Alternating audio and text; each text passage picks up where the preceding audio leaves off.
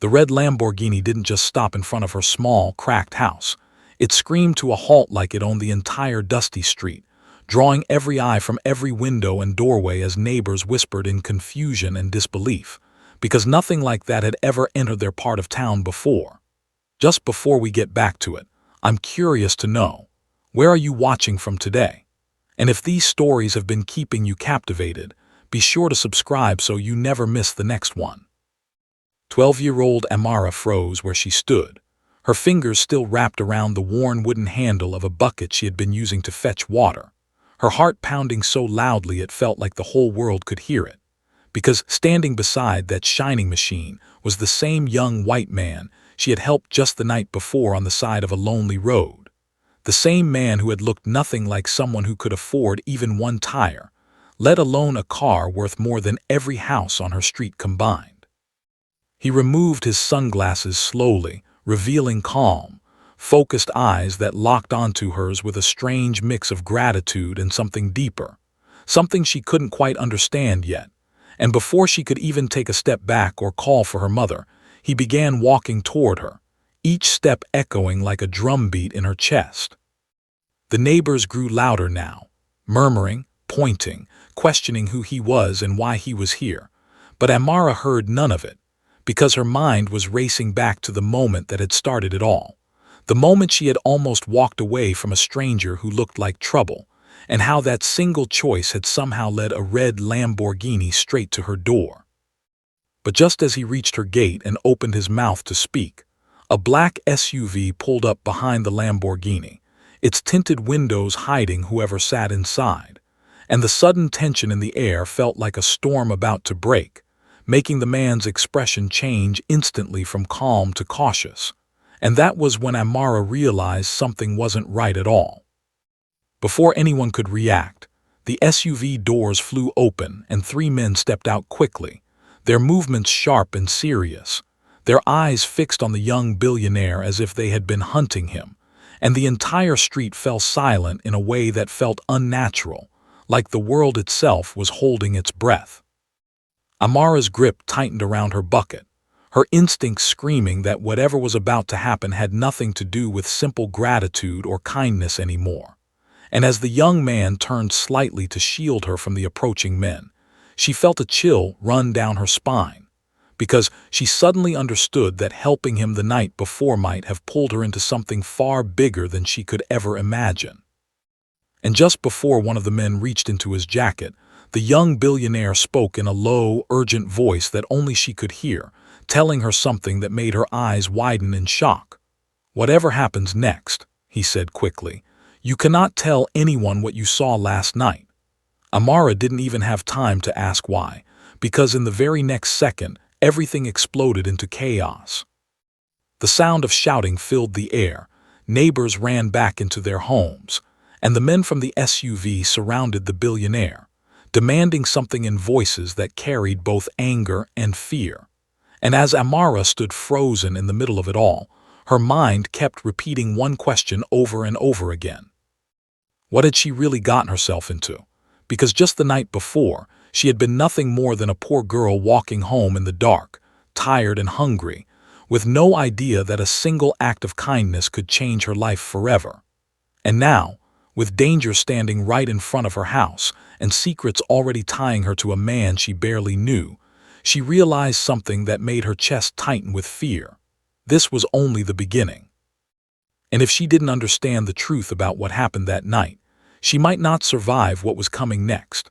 The night before had been quiet in a way that only lonely roads understand, with the wind brushing softly against the dry grass, and the sky stretched wide and endless above Amara as she walked home with slow, tired steps, her slippers worn thin and her stomach reminding her that dinner would be small again that night. She had taken that road many times before, even though her mother warned her not to walk alone after sunset, but there were no other routes and no money for transport, so she had learned to be brave in silence. At first she didn't notice the car because it wasn't making any sound, and in a place where engines usually roared and rattled, silence felt strange, almost unnatural, like something was wrong. But as she moved closer, she saw it parked at the side of the road, sleek and dark, reflecting the faint glow of the moon, and beside it stood a young man dressed in clothes that looked too expensive for someone stranded in the middle of nowhere. Amara slowed down immediately, her instincts telling her to keep walking, to mind her business, to avoid anything that could bring trouble into her already difficult life, because she had learned the hard way that not every situation deserved kindness.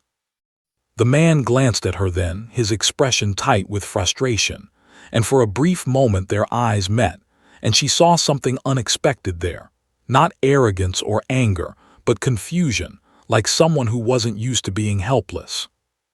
He called out, his voice controlled but strained, "Do you know anything about tires?" Amara almost laughed at the question, not because it was funny, but because it felt so out of place, like a rich man asking a poor girl how to fix a problem he should have been able to solve himself. She hesitated, shifting the small bag on her shoulder, and for a moment she considered pretending she didn't hear him and walking away, because helping strangers could sometimes come with a price she couldn't afford.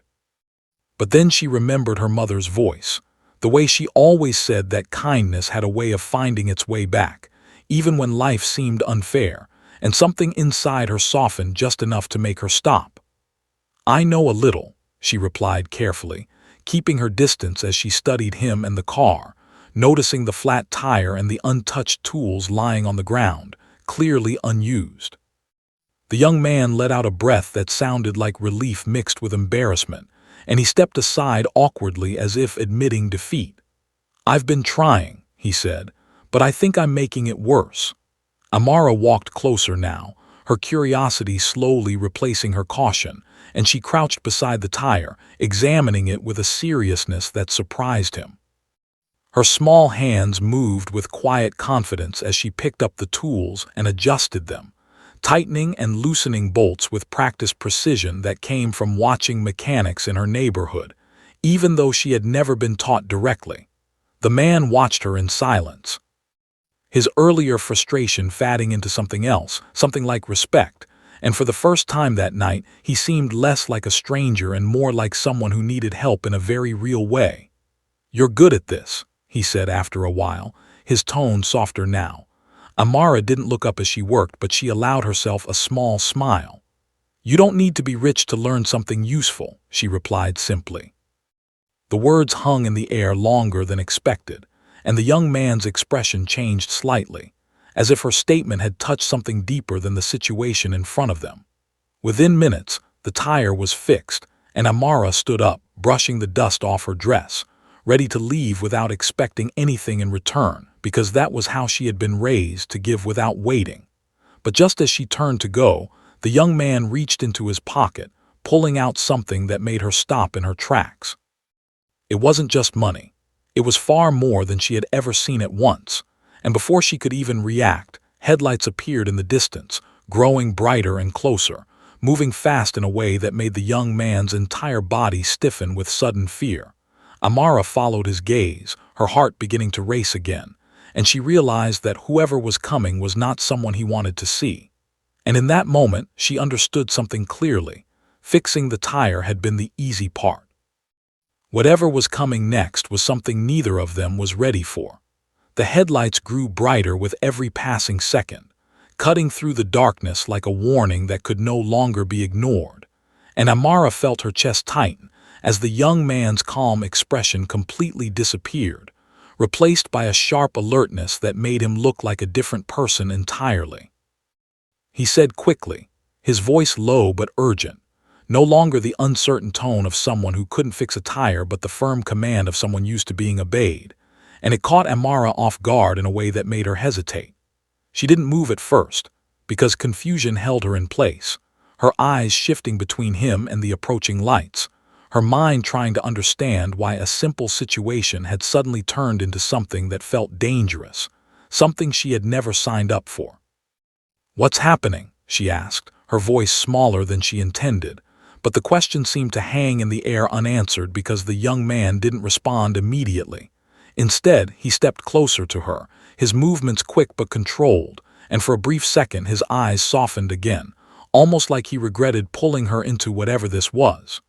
"You helped me," he said quietly, And now I need you to leave before this becomes your problem too. But it was already her problem, even if he didn't realize it yet, because the moment she stopped walking and chose to help him, something had shifted, something that couldn't simply be undone by turning around and pretending none of it happened.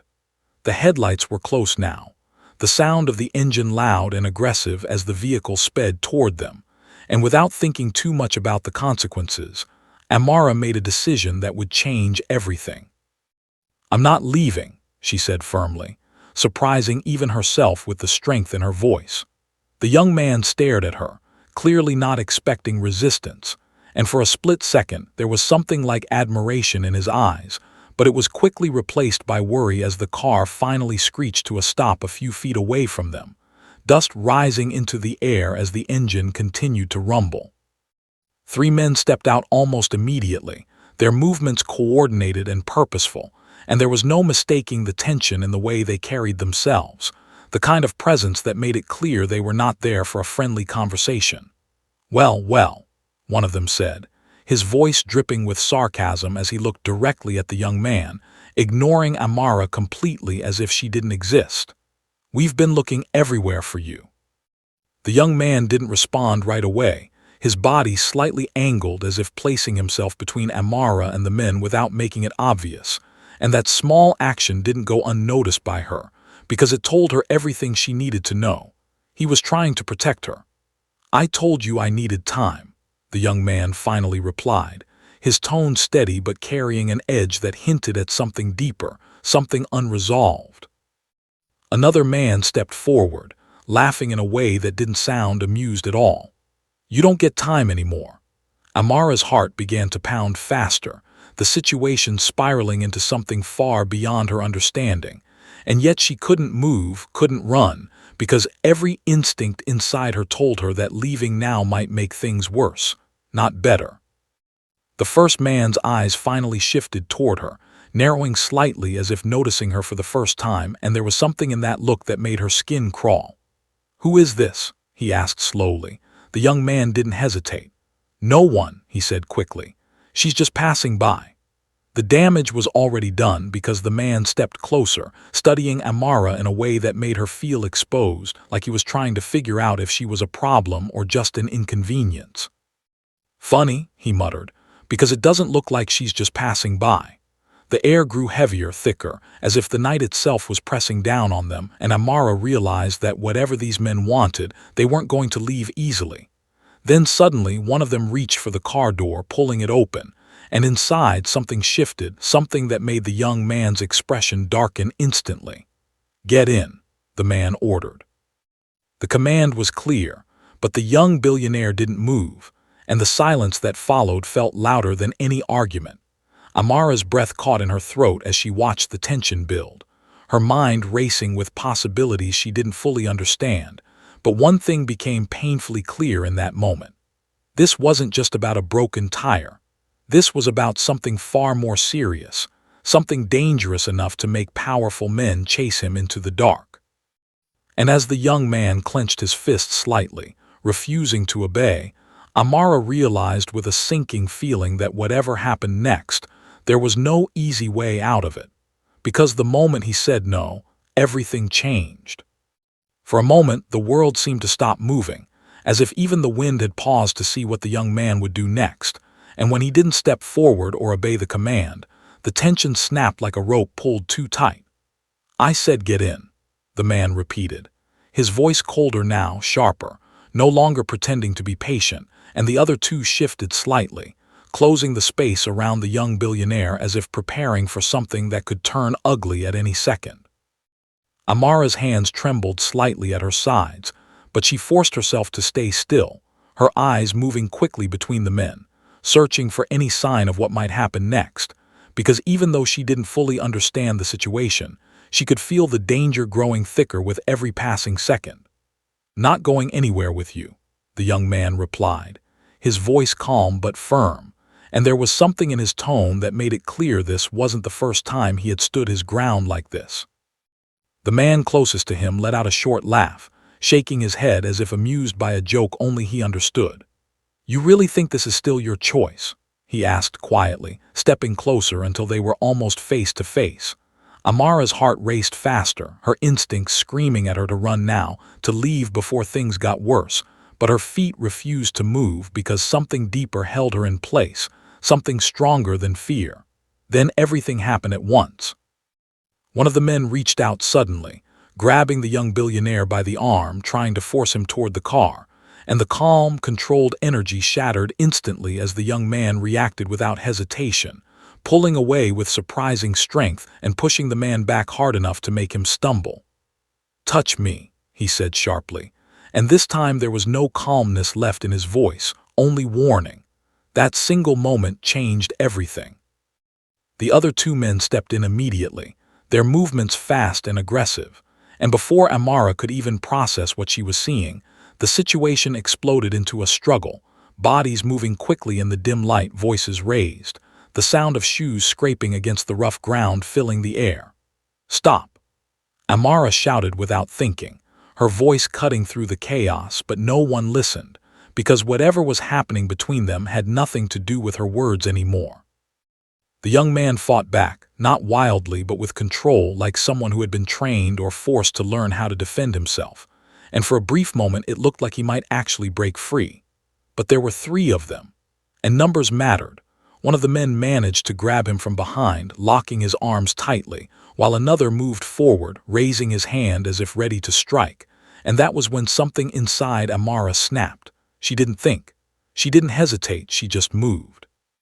Before fear could stop her, she rushed forward and grabbed a loose metal tool from the ground, the same one she had used just minutes earlier to fix the tire, and with all the strength she could gather, she swung it toward the man who was about to hit him. The tool didn't hit perfectly, but it was enough. The man staggered back with a shout, clutching his arm in pain, completely thrown off by the sudden interference from someone he hadn't considered a threat. Everything froze again, but this time the silence was different. All eyes turned to Amara. Even the young billionaire looked at her in shock, clearly not expecting her to step into danger like that, and for a second the only sound was the heavy breathing of everyone involved. "You shouldn't have done that," one of the men said slowly, his voice low and dangerous now, his gaze fixed on her in a way that made her stomach drop. Amara's grip tightened around the tool, even though her hands were shaking, because deep down she knew there was no turning back anymore. She had crossed a line, and they weren't going to ignore it. The man who had been hit straightened slowly, his expression darkening as he took a step toward her, and the shift in his posture made it clear that she had just become part of the problem. But before he could reach her, the young billionaire did something unexpected. "Enough!" He shouted, his voice louder and stronger than before, cutting through the tension like a command that demanded to be heard. And strangely, they stopped. Not completely, not willingly, but just enough to listen. He looked directly at the man in charge, his expression no longer defensive but calculating, like someone who had just made a decision that could change everything. "You want me," he said slowly. "Fine, I'll come with you." Amara's eyes widened instantly, her heart dropping as she realized what he was doing, and before she could even speak or stop him, he turned slightly toward her, his voice lowering just enough for only her to hear. "This is the only way," he said quietly. Then, without another word, he stepped forward, and as the men surrounded him again, this time without resistance, Amara felt a deep, sinking fear settle inside her chest because she understood one terrifying truth. He wasn't surrendering. He was buying her time. But time for what? Because as they pushed him toward the car and one of the men stayed behind, watching her with a cold, unreadable expression, Amara realized something that made her pulse quicken with dread. They weren't finished with her yet.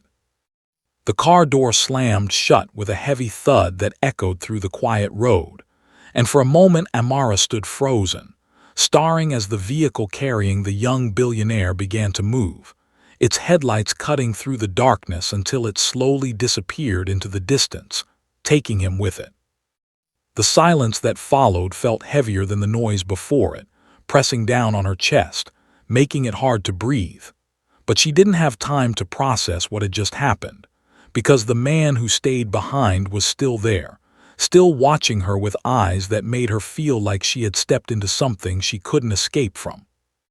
He took a slow step toward her, his shoes crunching against the gravel, and Amara instinctively tightened her grip on the metal tool, even though her arms felt weak now, her earlier burst of courage fading into a sharp awareness of how alone she truly was. "You're braver than you look," the man said, his tone calm but carrying an edge that made it clear this wasn't a compliment.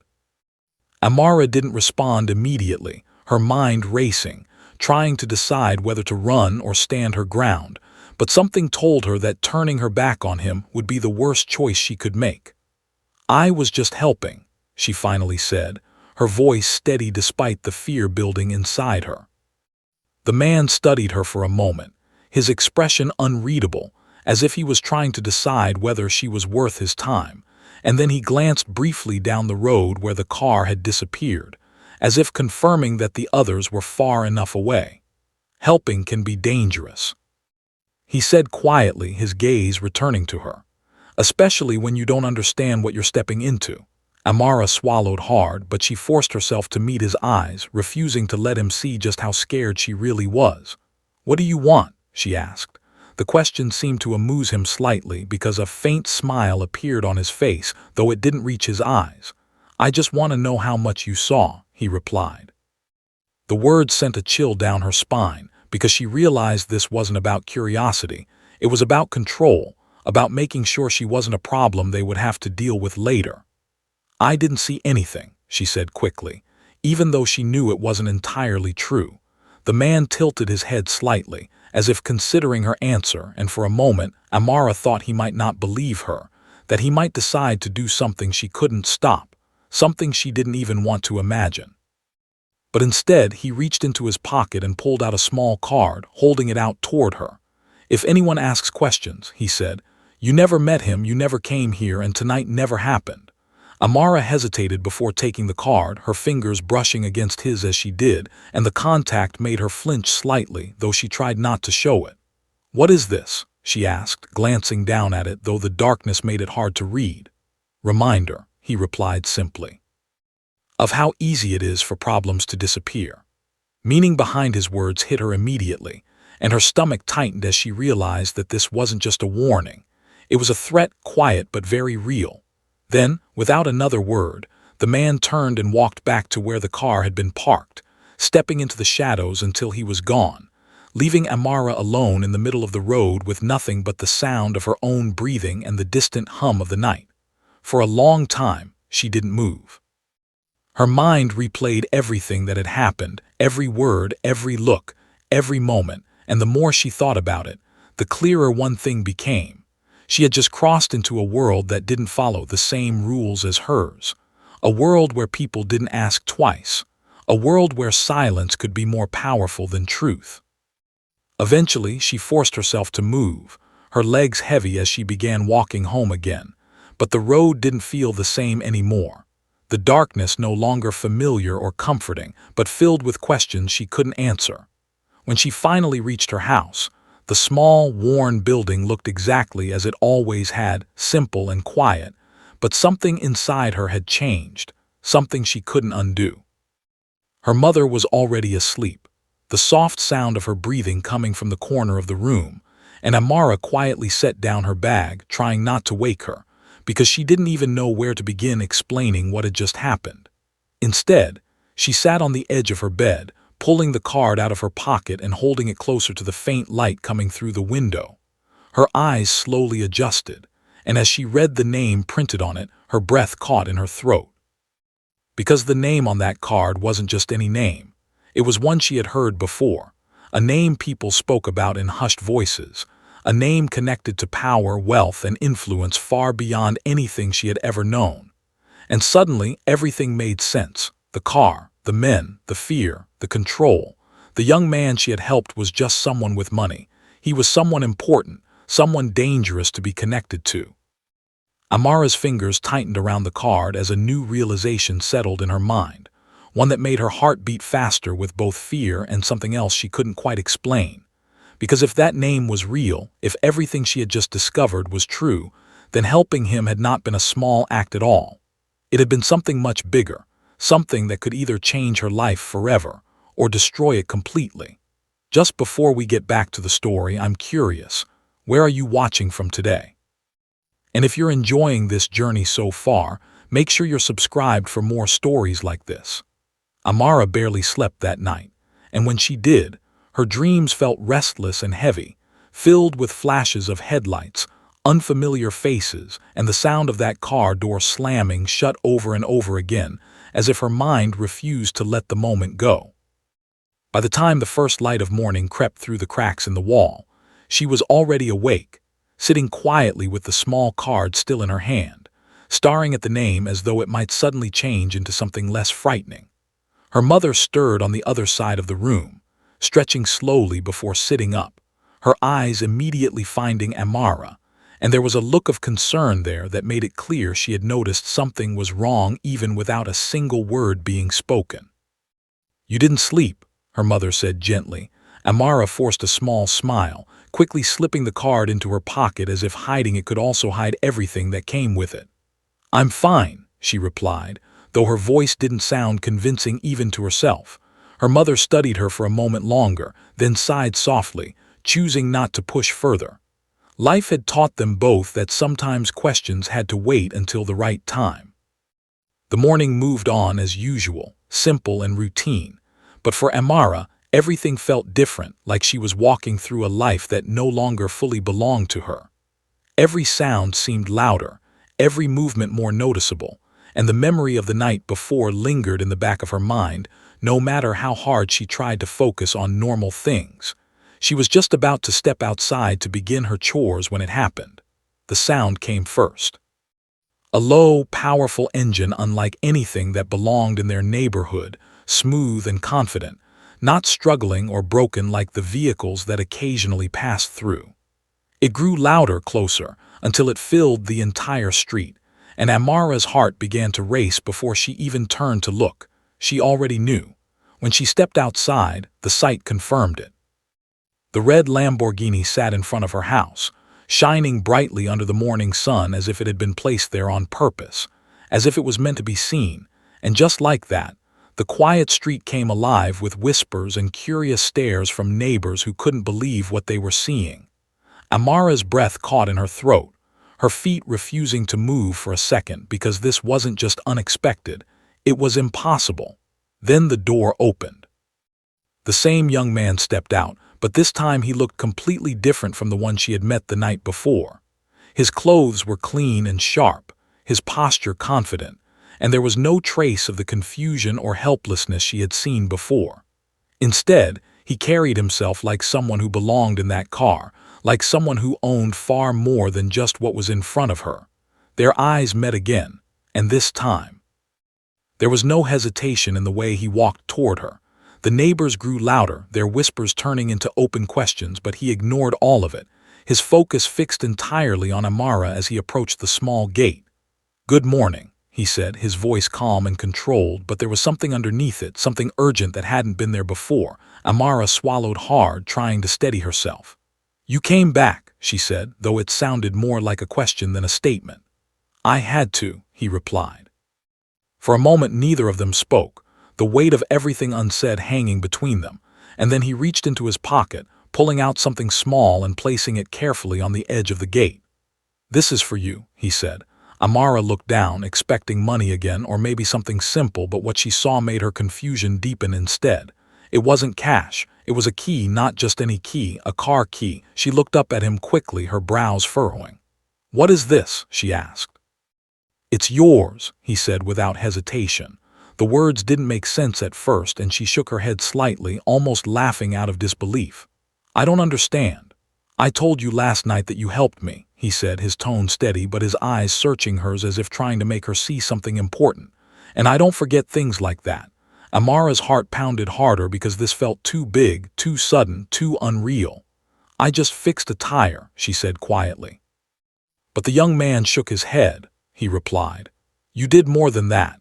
Before she could ask what he meant, the sound of another engine interrupted them, deeper and heavier this time, and both of them turned at the same moment.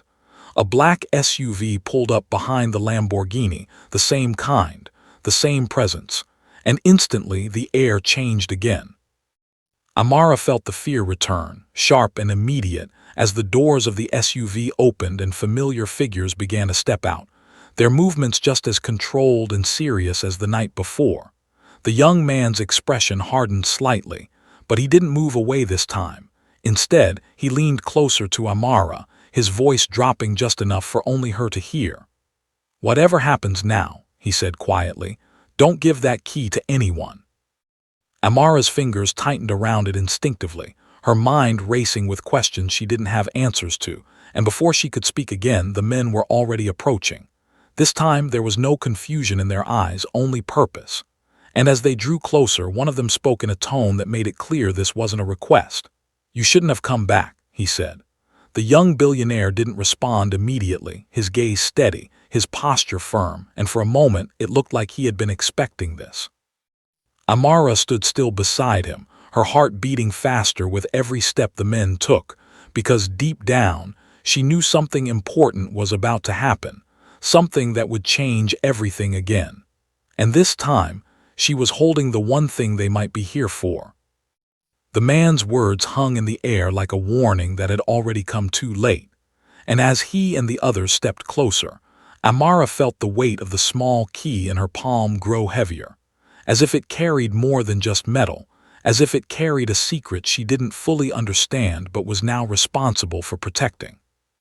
The young billionaire didn't step back this time, and that alone told Amara everything she needed to know, because last night he had resisted, then surrendered, but now he stood his ground with a calm that felt different, stronger, like he had already made a decision before coming here.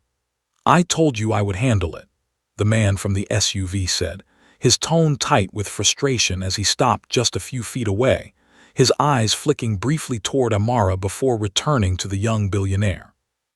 "But you never listen." "Handling it now," the young man replied, his voice steady, though quieter than before, like he was choosing his words carefully. Amara's eyes moved between them, trying to follow the conversation, but it felt like she had walked into the middle of something that had started long before she ever met him. "This isn't your place," another man added, his gaze sharper as it landed on Amara again, making it clear she was still not welcome in whatever this was.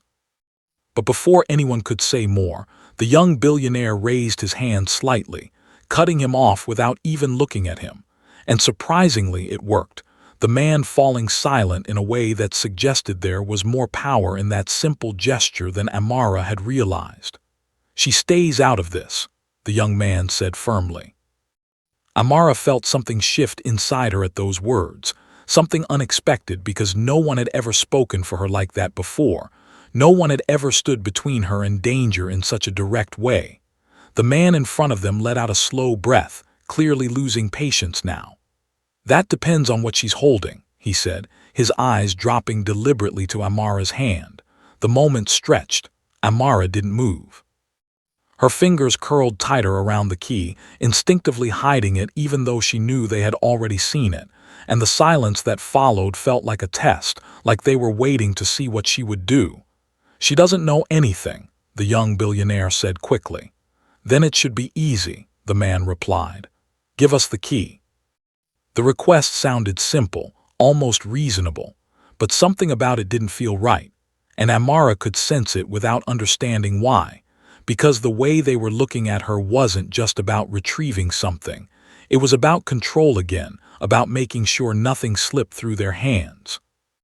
Amara's heart pounded loudly in her chest, her thoughts racing as she looked up at the young man, searching his face for any sign of what she should do. And for a brief second, their eyes met in a way that said more than words ever could, "Don't." He didn't say it out loud, but she understood. "I can't," she said, her voice shaking slightly but still strong enough to be heard. The reaction was immediate. The man's expression hardened, his patience finally snapping as he took a step forward. "This is not a game," he said sharply. Amara didn't move.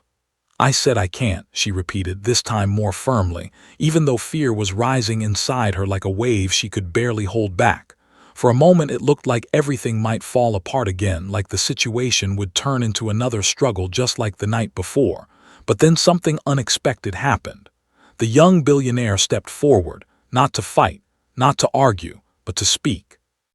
Enough, he said, his voice calm but carrying a weight that made everyone pause again.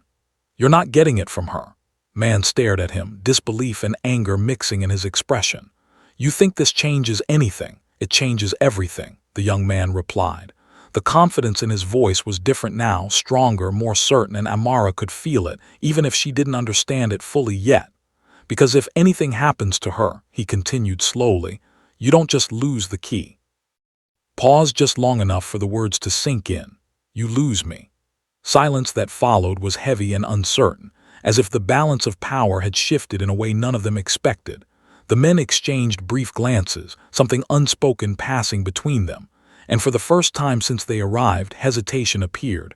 Amara felt it, that small crack in their control, but just as quickly as it appeared, it faded. The man in front let out a short, humorless laugh, shaking his head. You're making this harder than it needs to be, he said. Then his gaze returned to Amara. Last chance, he added. The words landed like a final warning, and Amara's grip tightened even more, her mind racing as she realized there might not be another way out of this. But before she could respond, before anyone could move, something unexpected broke through the tension.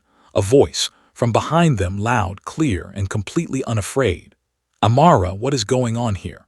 Her heart skipped as she turned around quickly. Her mother was standing at the doorway, her eyes filled with confusion and growing concern as she took in the scene in front of her. The expensive cars, the unfamiliar men, and her daughter standing in the middle of it all. Everything changed in that moment. Because now, it wasn't just Amara involved anymore. And as the men's attention slowly shifted toward her mother, Amara felt a new kind of fear settle deep inside her chest. This had just become far more dangerous than before. For a moment, no one spoke, and the silence that followed her mother's question felt heavier than anything that had come before. Because this time, it wasn't just about Amara anymore. It was about someone she loved, someone who had no idea how close she was standing to danger. Amara's heart began to race in a different way now, faster and deeper, because fear for herself was one thing, but fear for her mother was something else entirely, something she couldn't ignore or push aside. It's nothing, Mama, she said quickly, her voice slightly breathless as she took a small step forward, trying to block the view, trying to make it all seem smaller than it was. Just people asking for directions. Even as the words left her mouth, she knew they didn't sound right, not with a red Lamborghini and a black SUV parked outside their house, not with men dressed like they didn't belong in this neighborhood, and not with the tension that could almost be seen in the air. Her mother didn't move closer, but her eyes narrowed slightly, her instincts telling her that something was off.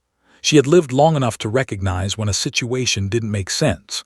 Directions, she repeated slowly, her gaze shifting between the men and the young billionaire, then back to Amara.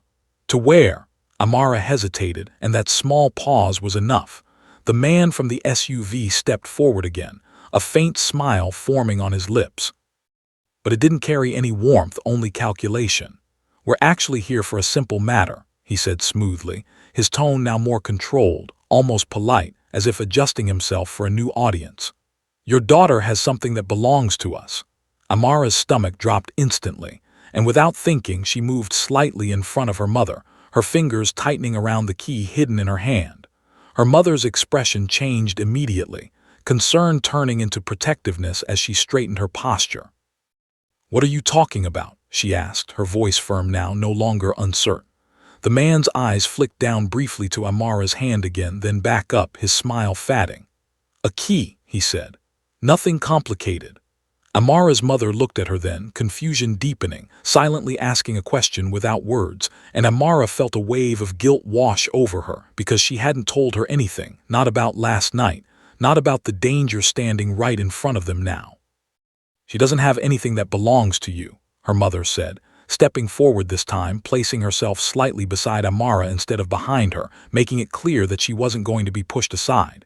The shift in the situation was immediate. The men exchanged another quick look, and this time there was less patience in their expressions because things were no longer as simple as dealing with one girl. This doesn't concern you, one of them said, his tone sharper now, but her mother didn't back down. If it concerns my daughter, it concerns me, she replied. Amara felt her chest tighten because she knew this could go wrong very quickly, and the last thing she wanted was for her mother to be dragged into something dangerous because of her. Before the situation could escalate further, the young billionaire stepped forward again, his presence cutting through the rising tension. "She's right," he said calmly, his voice steady in a way that demanded attention. "This has gone far enough." Man from the SUV turned to him, clearly irritated now. "Then end it," he said. "Tell her to hand it over." Young man didn't respond immediately. Instead, he looked at Amara, not quickly, not briefly, but in a way that felt intentional, like he was making sure she understood something important, something that didn't need to be spoken out loud.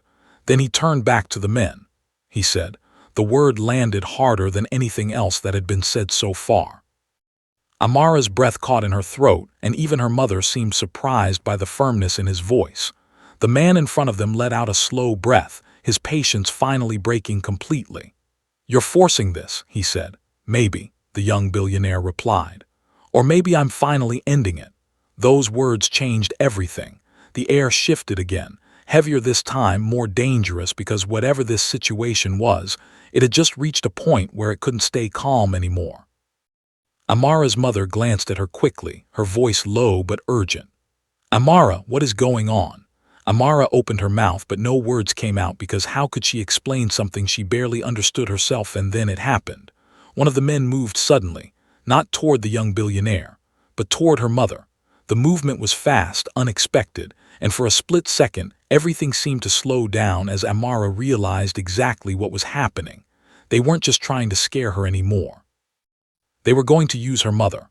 "Mama," Amara shouted, stepping forward instinctively, her hand tightening around the key as fear surged through her like a shock.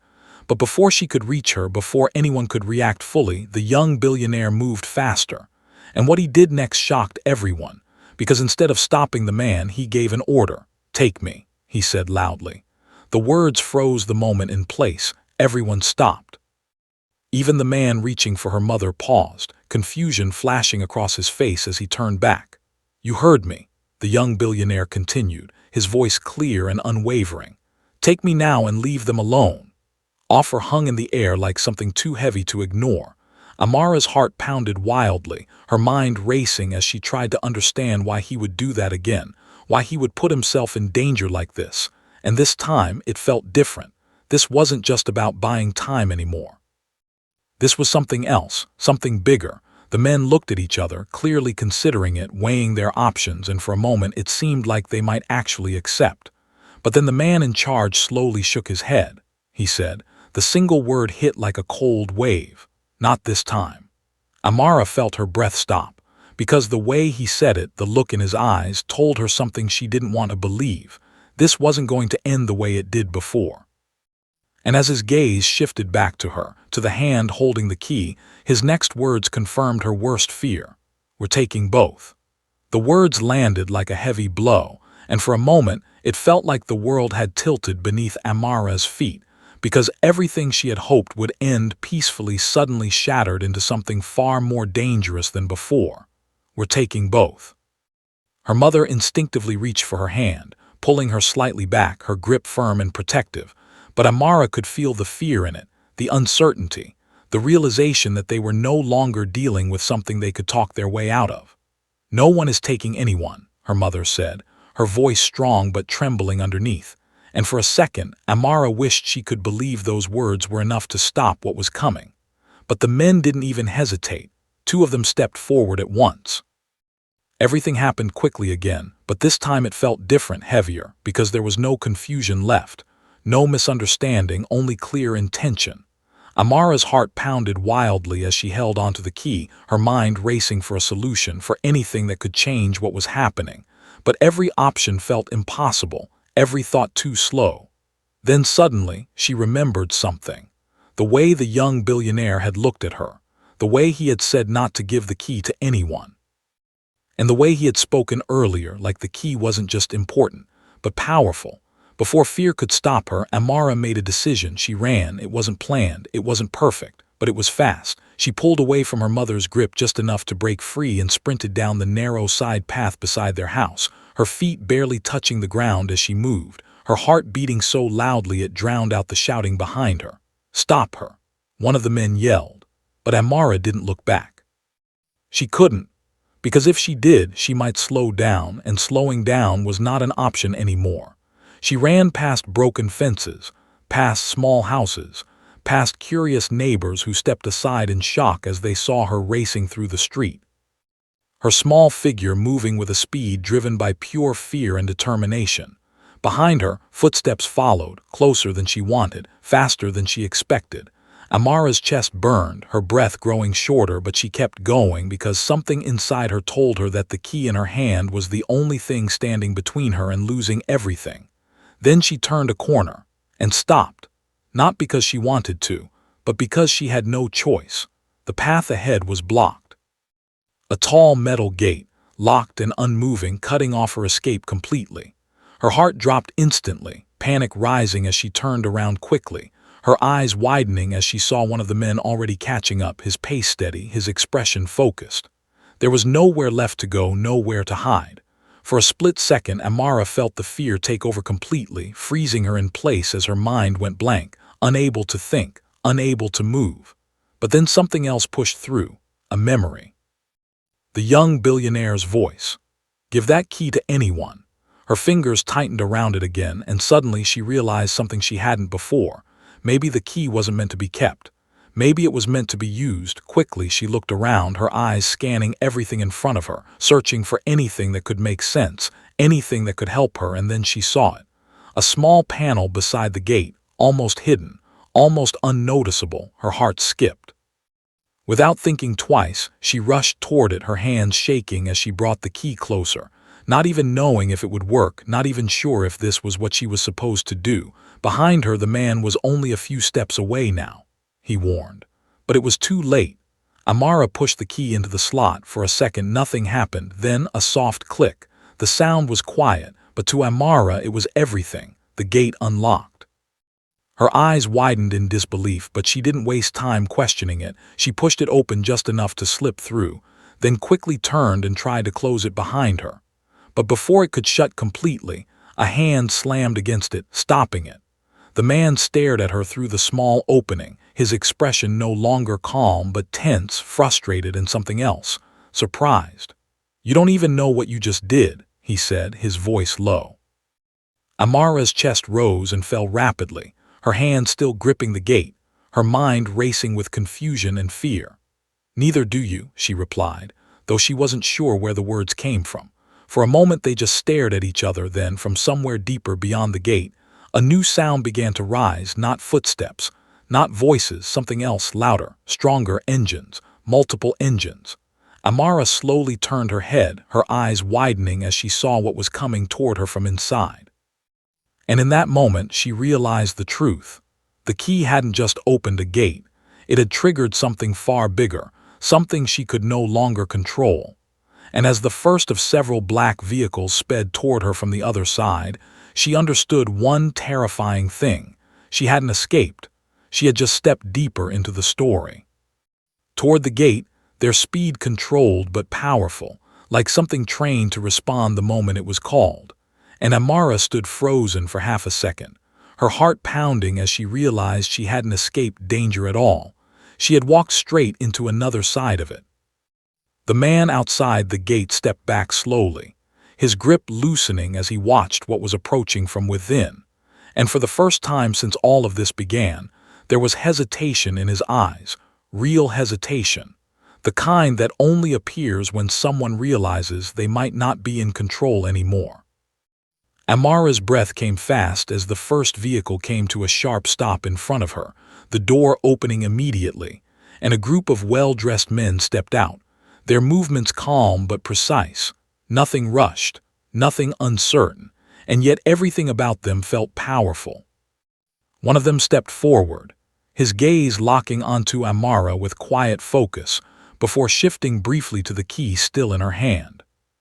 "You activated the gate," he said. It wasn't a question.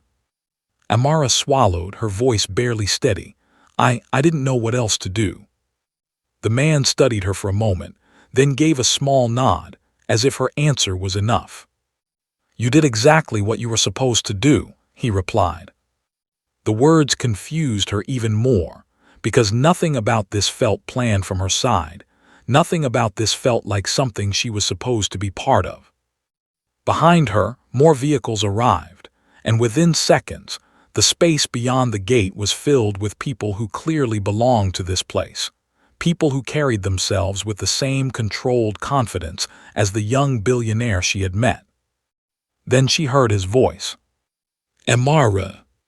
She turned quickly.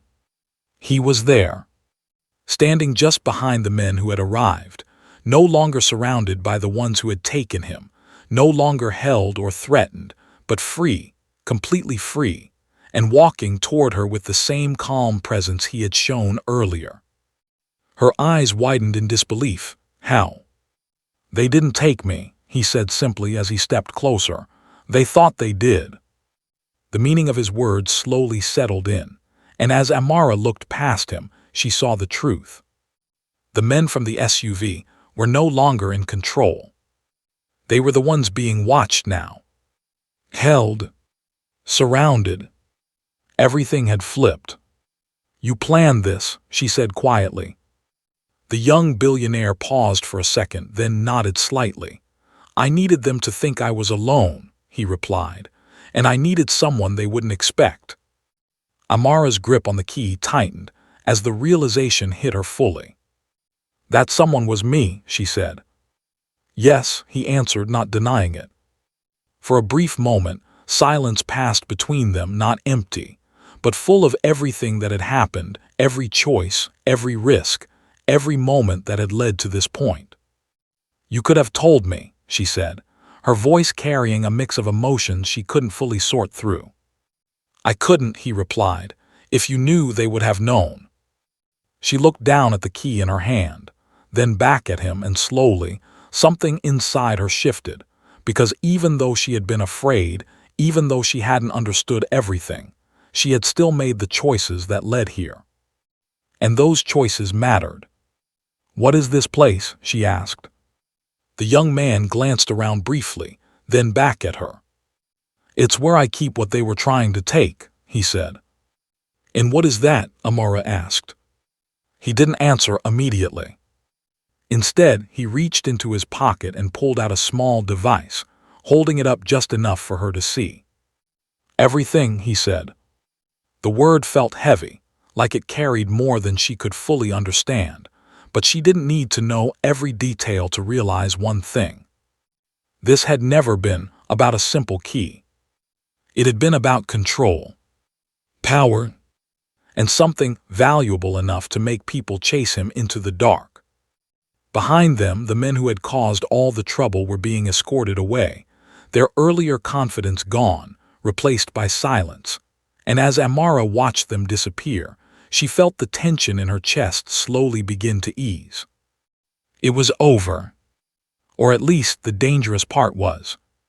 The young billionaire turned back to her, his expression softer now, more human, less guarded. You didn't just help me fix a tire, he said. You helped me finish something I couldn't do alone.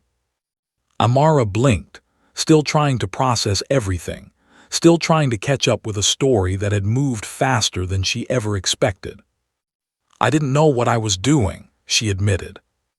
That's what made it real, he replied. For a moment, neither of them spoke, the noise around them fading into the background as something quieter settled between them. Then he gestured lightly toward the Lamborghini outside the gate. It's yours, he said. Amara almost laughed again, shaking her head. I can't take that. Yes, you can, he said calmly, but not just the car. She frowned slightly. What do you mean? He looked at her with a seriousness that made her stand still. I mean a chance, he said, a different life. The words landed softly, but their meaning was powerful because for the first time, Amara saw something beyond the fear, beyond the danger, beyond everything that had happened. Possibility. She thought about her home, her mother, her life, everything she had known up until now, and for a moment it felt like she was standing between two worlds. One safe and familiar, the other unknown but full of opportunity. "Why me?" she asked quietly. The young billionaire didn't hesitate. "Because you stopped," he said, "when you could have walked away." Amara looked down for a second, then back up, her mind finally settling, her heart finally steady. And in that moment, she understood the lesson hidden inside everything that had happened. Kindness may seem small, but sometimes it opens doors you never even knew existed. She took a slow breath, then nodded. Not out of fear, not out of confusion, but out of choice. And as the red Lamborghini waited just beyond the gate, no longer a symbol of mystery or danger but of something new, Amara stepped forward, ready to see where that single act of kindness would take her next. That brings us to the end of this story. I'd love to know where you were watching from today. And if this story meant something to you, don't forget to subscribe for more.